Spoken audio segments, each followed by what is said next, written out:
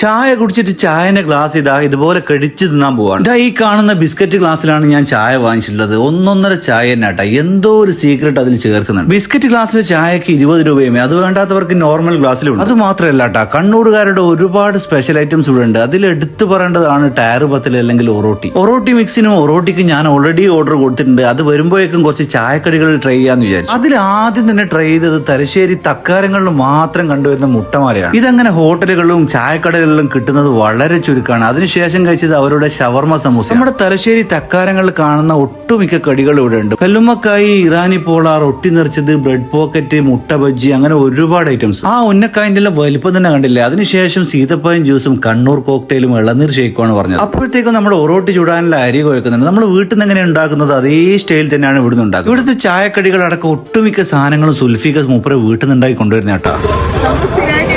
വാങ്ങുന്നതാണ് ഫുഡെല്ലാം നല്ല താല്പര്യമുള്ളതുകൊണ്ട് കണ്ടിന്യൂട്ട് വരുന്നുണ്ട്. ഇന്നിപ്പോ ഒറോട്ടി വാങ്ങിയിട്ടുണ്ട്. അപ്പൊ നമ്മളായിട്ട് എത്തിയിട്ടുണ്ട് കേട്ടോ. ഒറോട്ടി മിക്സ് ചിക്കനിലാണ് മിക്സ് ചെയ്തിട്ടുള്ളത്. നല്ല കുരുമുളകിനുള്ള ഫ്ലേവറിലുള്ള ഒരു അടിപൊളി ഐറ്റം തന്നെ കേട്ടോ. അതിനുശേഷം മിക്സ് ചെയ്യാത്ത നല്ല പശു നെല്ലും പറ്റിയിട്ടുള്ള നല്ല സോഫ്റ്റ് ഒറോട്ടിയും അതിന്റെ കൂടെ ചിക്കനും ബീഫ് കറിയാണ് പറഞ്ഞത്.